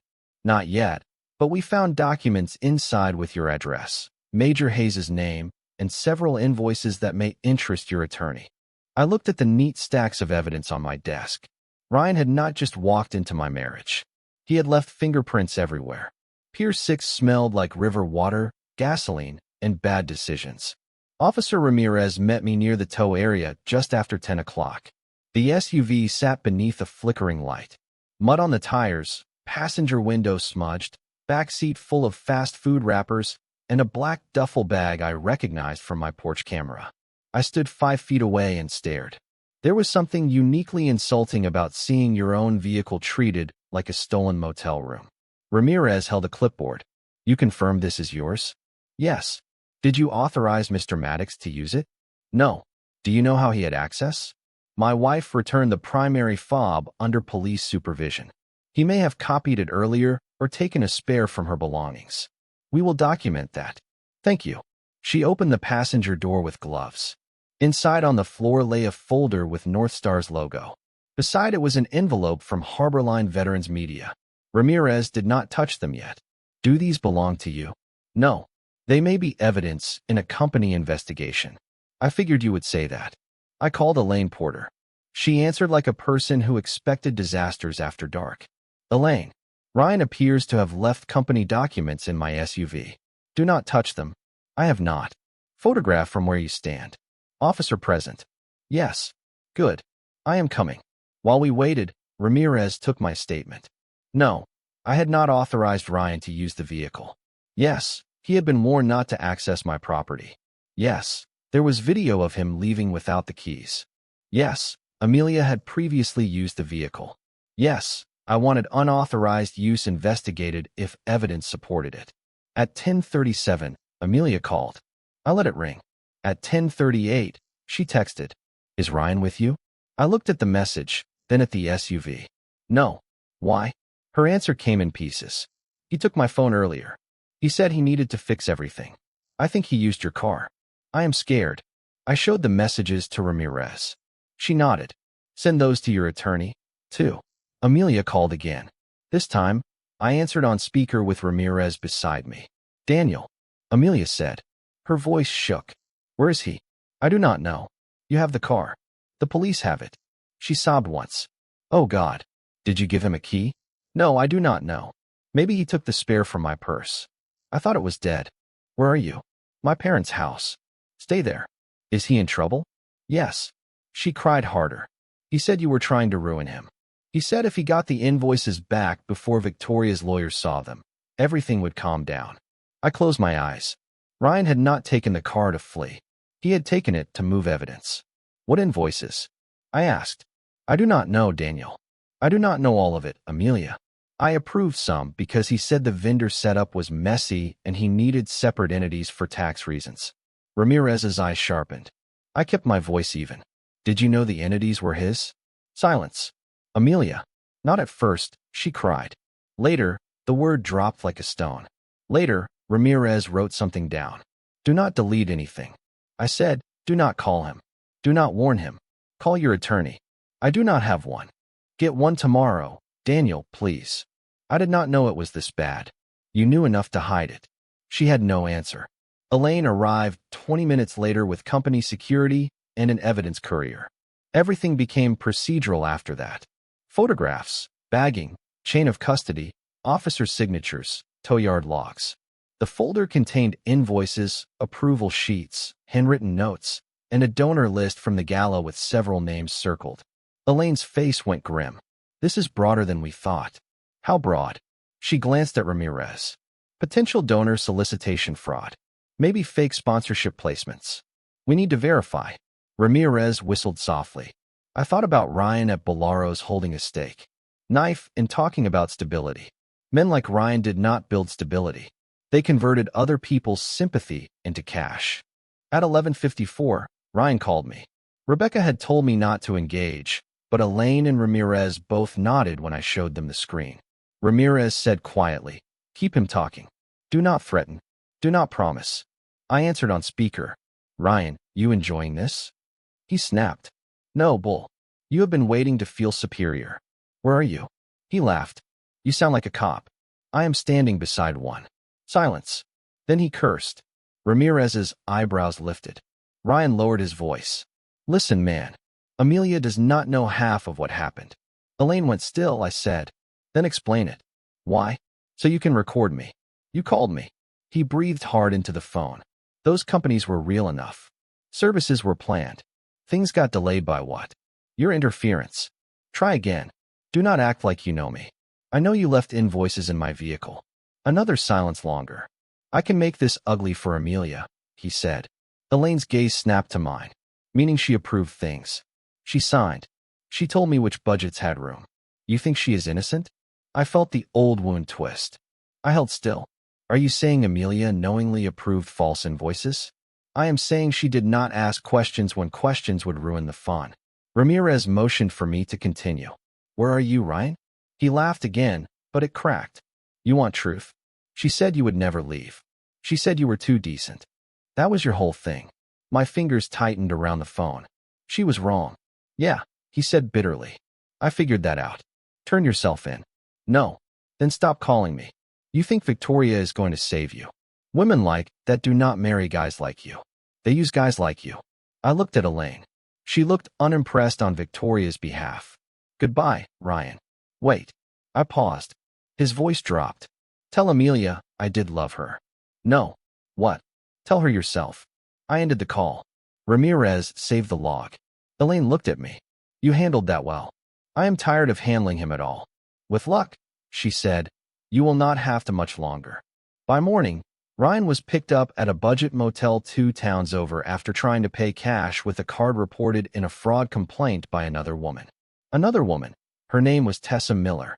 She had given him $12,000 for a documentary project that did not exist. By noon, 2 more women had come forward. By evening, Amelia's parents stopped calling me cruel and started calling Amelia reckless. Marlene left one voicemail. "Daniel, we did not know the extent of Ryan's behavior. We hope you understand we were protecting our daughter."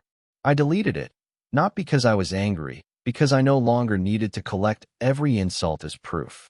The evidence was doing that by itself. At 7:20 that night, Amelia texted me. "I saw the police report." Then he lied to me too a minute later, but I chose to believe him. Then I do not know how to live with that. I did not answer. Some truths need to echo inside the room of the person who made them. Family court looked nothing like television.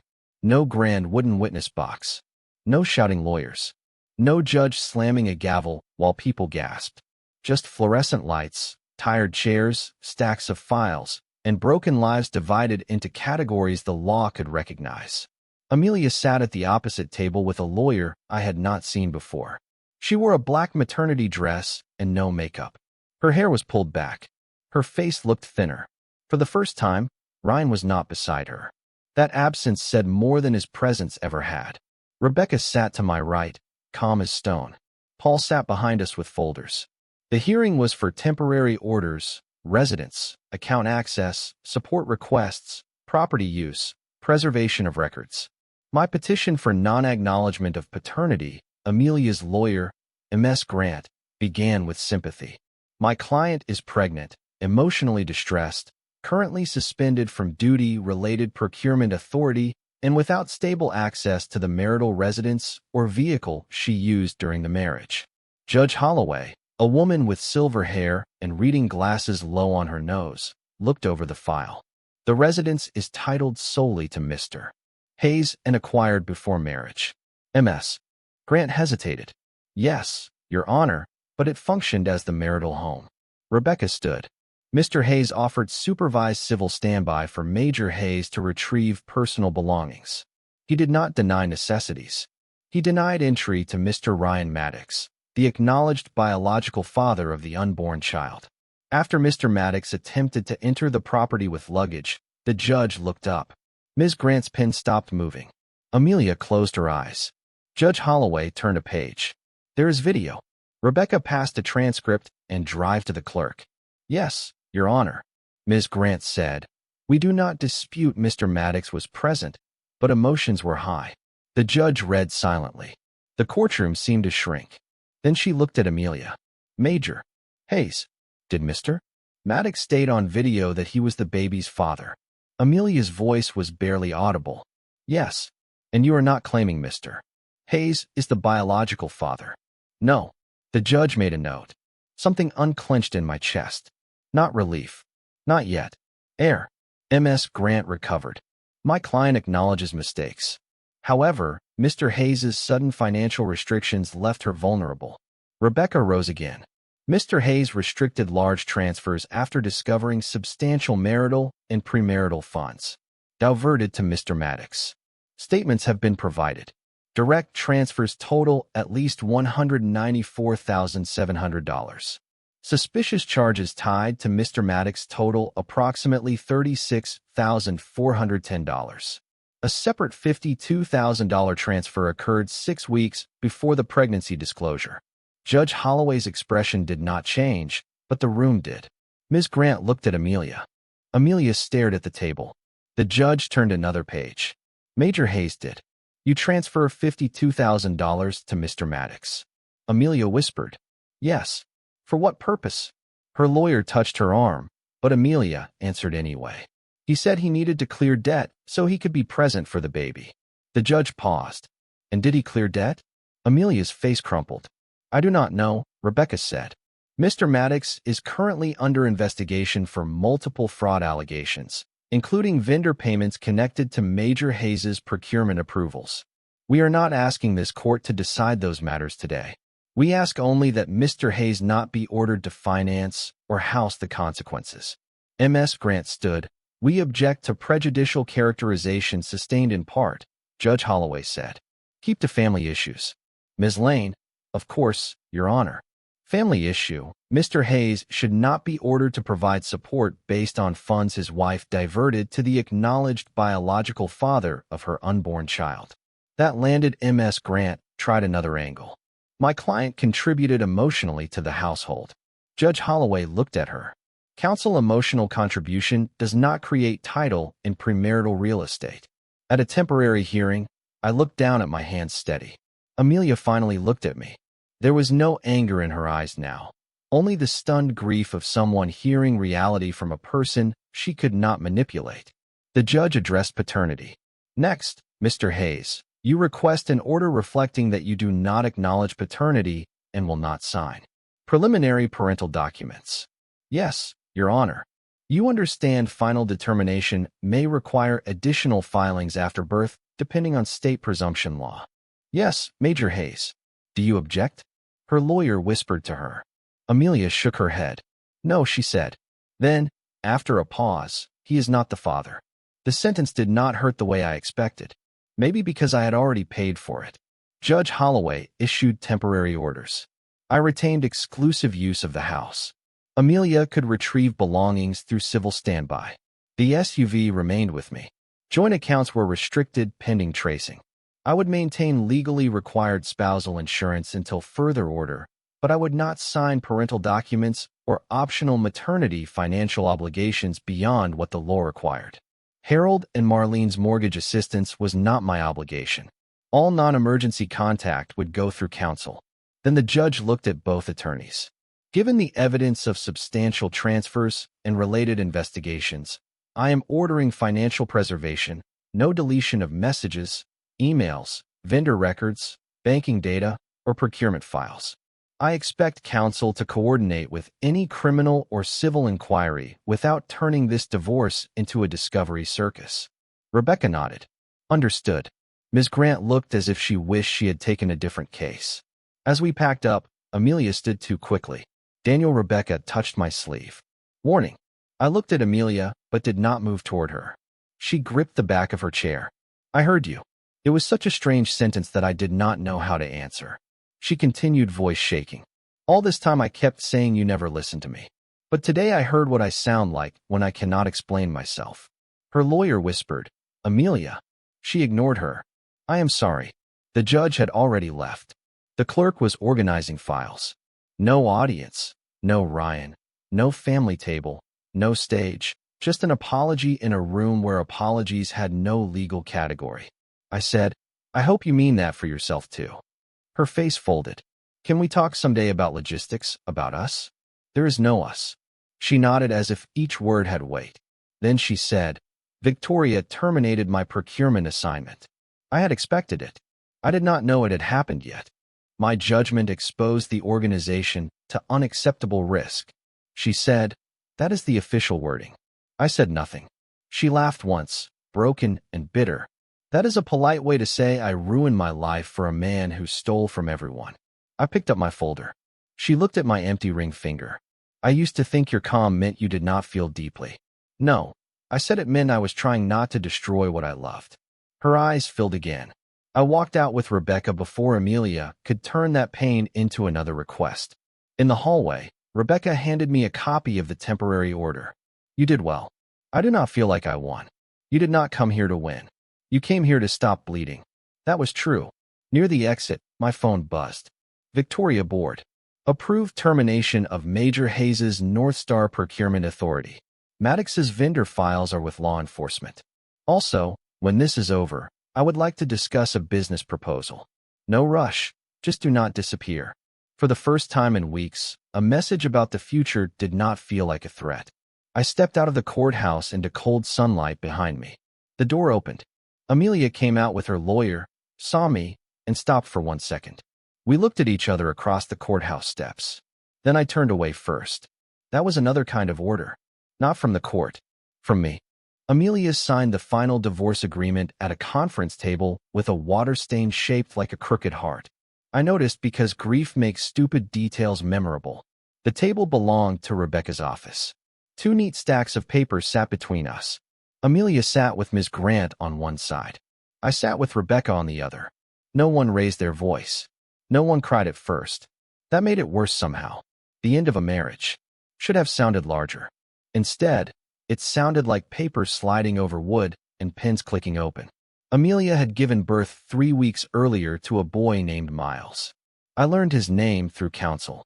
Ryan was listed on the birth certificate after a paternity test, and court order forced the issue. He had not appeared at the hospital until 2 days after the birth. By then, Amelia had stopped expecting him to become someone else. Ryan's legal problems had multiplied. North Star filed a civil claim. 3 women filed fraud complaints. Bolaro's added its unpaid balance. The unauthorized vehicle access became part of a broader charge package after police found evidence that he had used copied key fobs and account access before. Men like Ryan always looked spontaneous until records showed repetition. Amelia was not charged criminally, at least not then. The organization concluded she had violated procurement policy, failed to disclose conflicts, approved improper vendors, and misused authority. She lost her assignment, part of her deferred compensation, and the professional reputation she had polished for years in the divorce. She lost the house, vehicle access, account access, and any claim that I owed support for Miles. She kept her personal savings, her clothes, some furniture, and the consequences of her choices. I did not celebrate. There is a difference between justice and joy. Rebecca walked through final terms one last time. Both parties waive future claims except those preserved. In the reimbursement schedule, Major Hayes agrees to repay $28,000 in misapplied marital funds over 36 months. Mr. Hayes waives additional pursuit of separate premarital funds as part of settlement without admission of obligation. Contact limited to written communication regarding remaining property transfer. No public disparagement. Amelia gave a small laugh. Everyone looked at her. Sorry, she whispered. Public disparagement after everything that happened publicly. Ms. Grant touched her arm. Amelia nodded. I know. Rebecca looked at me. I nodded, too. We signed page after page. Initials, signature, date, Daniel Hayes. Amelia Bennett Hayes. On the last page, her name appeared without mine attached. Amelia Bennett.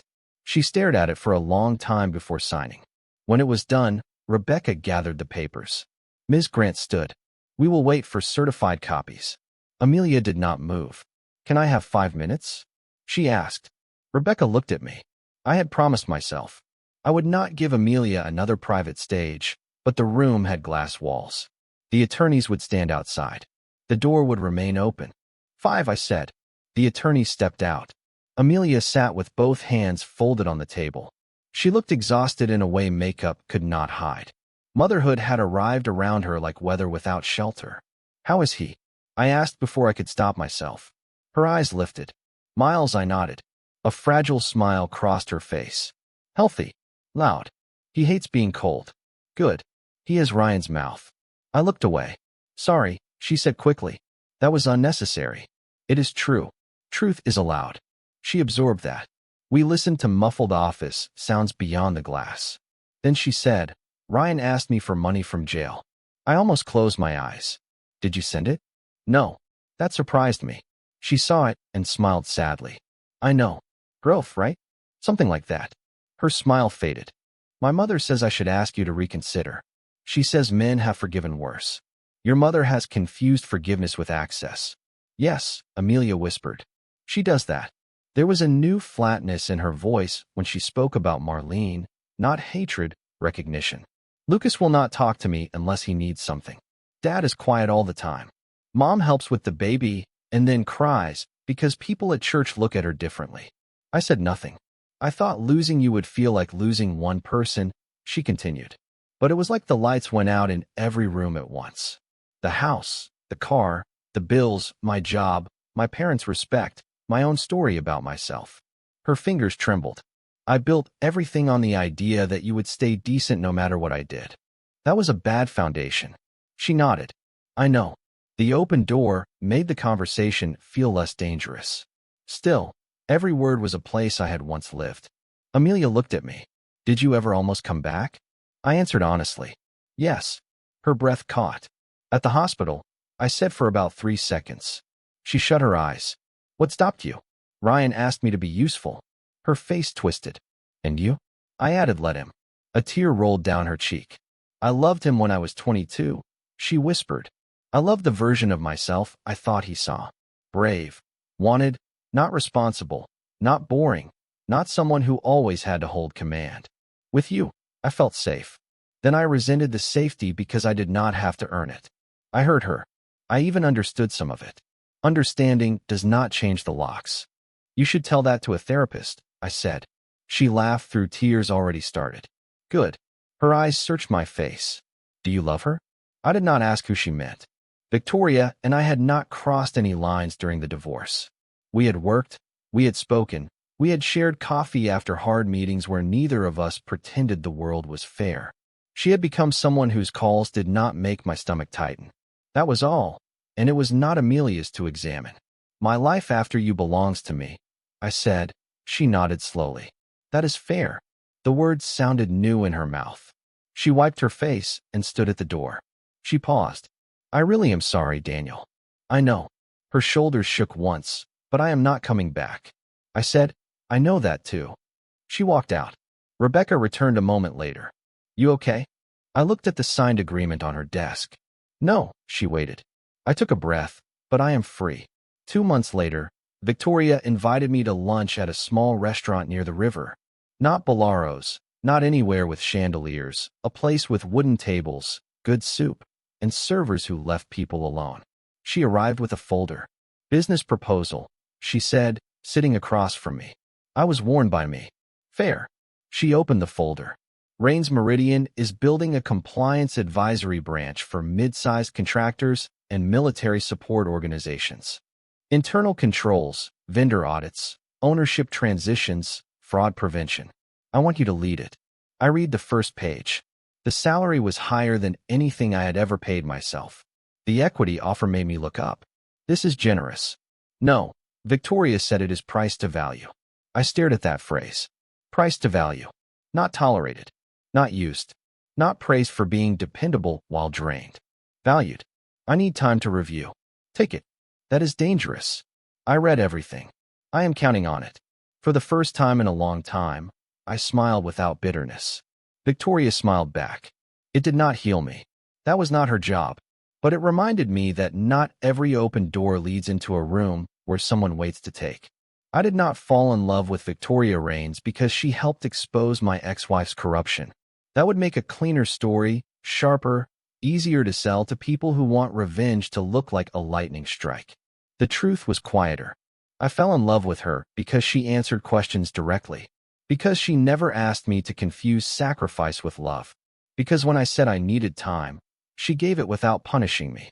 Because she read contracts before signing them and expected me to do the same. Because the first time I canceled dinner due to a client emergency, she did not accuse me of neglect. She sent soup to my office and wrote, "Eat before you rescue the world from invoices."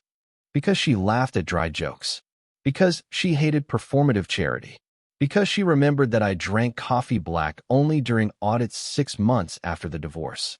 I accepted the partnership offer. Rains Hayes Advisory opened on the 7th floor of a renovated brick factory. The same old factory from the photograph in Victoria's office. She had bought it years earlier after her father lost his job there when she was a teenager. She did not talk about it often, but when she did, I understood why she valued control without worshiping it. We built the firm slowly. No flashy launch, no dramatic press release, just careful work for organizations that needed someone to find leaks before the ship sank. Our first major client was a family-owned construction supplier where the founder's nephew had been inventing vendors. Our second was a veterans nonprofit with sloppy controls, but no bad intent. Our third was a military housing contractor whose silent partner was not silent enough. I worked hard. I slept better. Some nights I still woke expecting my phone to be full of accusations, financial abuse, cruelty, abandonment. Be reasonable. Do not embarrass everyone. Be mature. Then I would remember the house was quiet because no one was lying inside it. Amelia contacted me only. Through required channels, a reimbursement payment arrived on the 1st of every month, sometimes 1 day late, never more. Through Rebecca, I heard she found an administrative training role and moved into a small apartment near her parents. Though not with them, Miles was healthy. Ryan's parental rights became tangled in his criminal case and then in his own lack of interest. I did not follow closely. Distance is not hatred. It is hygiene. 1 year after the divorce, Victoria and I attended a compliance conference in Seattle. She gave a keynote on risk culture. I sat in the front row and watched a room full of executives slowly realize that trust your people was not a control system. Afterward, we walked along the waterfront with paper cups of coffee. The wind cut cold off the water. Victoria wore a long black coat and small silver earrings. She glanced at me. "You are quiet. I am thinking that is your resting state." "True. What about?" I looked at the gray water. How strange it is to build something after spending years maintaining something that was already collapsing. She nodded. "Building is harder." "Yes," I said, "but cleaner." I looked at her. She looked back. No performance in her face. No demand that I become useful. No hidden invoice behind affection. "Victoria," I said, "I love you." She stopped walking. For once, I had surprised her. Then her expression softened. "Good," she said. "That makes this less awkward." I frowned. She reached into her coat pocket and pulled out a small velvet box. I stared at it. "Victoria, relax. I am not proposing on one knee on wet pavement. I respect both romance and joint health." A laugh broke out of me. She opened the box. Inside was a plain platinum band. "I had a speech," she said. "It was concise, legally sound, and emotionally appropriate. Sounds beautiful. It was. But now I will simplify. She took a breath. I want a life with you, Daniel. Not because you are safe, because you are honest, not because you carry. Wait without complaint, because you know when to set it down. I do not need you to rescue me. I do not want to rescue you. I want to build beside you. The wind moved around us. I thought of another table, another ring, another woman asking me to turn betrayal into duty. Then I looked at Victoria and understood how far I had come. Yes, I said. Her eyes warmed. I did not ask the question yet. Efficiency. There he is. She slid the ring into my hand, not onto my finger. Your choice, she said. That was the moment I knew. Not because of the ring, because she handed me the choice. We married 4 months later in the old factory building. No chandeliers, no donor wall, no family members who came for checks. Miss Keller attended in a blue dress and cried into a handkerchief. Rebecca came and warned me that marriage was a legal relationship as well as an emotional one, then hugged me like a sister. Elaine gave a toast so dry half the room missed the jokes until Victoria started laughing. Victoria wore ivory, not white, because she said she disliked symbolic pressure. Her hair was down. Her vows were 1 page exactly. Mine were shorter. I stood across from her in a room of brick sunlight and people who had earned their seats. I spent years thinking love meant being the last person to leave a burning house, I said. Then I learned love also means not setting the fire, not handing someone gasoline, and not calling loyalty cruel when it finally walks out the door. A soft ripple of laughter moved through the room. Victoria's eyes shone. I continued. You did not save me. You respected me while I saved myself. You met me as I was, not as a role you needed filled. I promised to build with you honestly, argue with you fairly, read every document before signing it, and never mistake your strength for something I am entitled to use. She mouthed, good. I almost laughed after the ceremony. While guests gathered near long tables, my phone buzzed in my jacket pocket. I ignored it. A minute later, it buzzed again. Then once more, I stepped into a quiet hallway and checked the screen. Unknown number, then a text. It is Amelia. I heard about the wedding. I know I have no right. I only wanted to say I hope she knows how lucky she is. I stared at the message. There was a time when seeing Amelia's name would have cracked my chest open. Now it felt like finding an old receipt in a coat pocket. Proof of something paid for, not something owed. Another message arrived. I am sorry for asking you to be his father. I understand now what that really meant. I looked through the doorway. Victoria stood beneath warm lights, laughing with Mrs. Keller. She looked over and found me immediately, not with suspicion, not with fear, just awareness. A question in her eyes. Everything okay? I smiled and put the phone on silent. Then I walked back to my wife. Later that evening, as the sun lowered behind factory windows, Rebecca cornered me near the dessert table. Did you ever imagine this ending? No. Better or worse? I looked at Victoria, who was arguing with Elaine about whether lemon cake was superior to chocolate. Cleaner, I said. Rebecca smiled. That is a very Daniel answer. Thank you. It was not entirely a compliment. I will take it anyway. Across the room, Victoria lifted one eyebrow at me. I went to her. She handed me a slice of lemon cake. I stared at it and laughed. What? She asked. Long story. I know most of it. Not this part. Then tell me later. I took the plate for years. Lemon cake had belonged to the night my marriage ended. Marlene's table. Amelia's trembling voice. Ryan in my sweatshirt. The request that turned me from husband into proposed cover story. But standing there with Victoria, sunlight on brick, ring on my finger by choice, I realized something. People who betray you do not get permanent ownership of ordinary things. Not houses, not songs, not restaurants, not lemon cake, not your ability to trust yourself. Amelia had asked me to raise her ex-husband's baby because she thought my decency was a resource she could assign. Ryan had mocked me because he thought being chosen by a selfish woman made him the winner. Marlene had called me cruel because I stopped paying for the comfort of people who never cared about my pain. They were all wrong. Decency without boundaries is not love. It is unpaid labor, and I was done working for people who called my dignity a debt. Victoria touched my arm. You disappeared for a second, she said. No, I said. Looking around the room, we had built at people who were there because they loved us or respected us, not because they expected a check. I am right here outside. The city moved on without asking permission. So did I?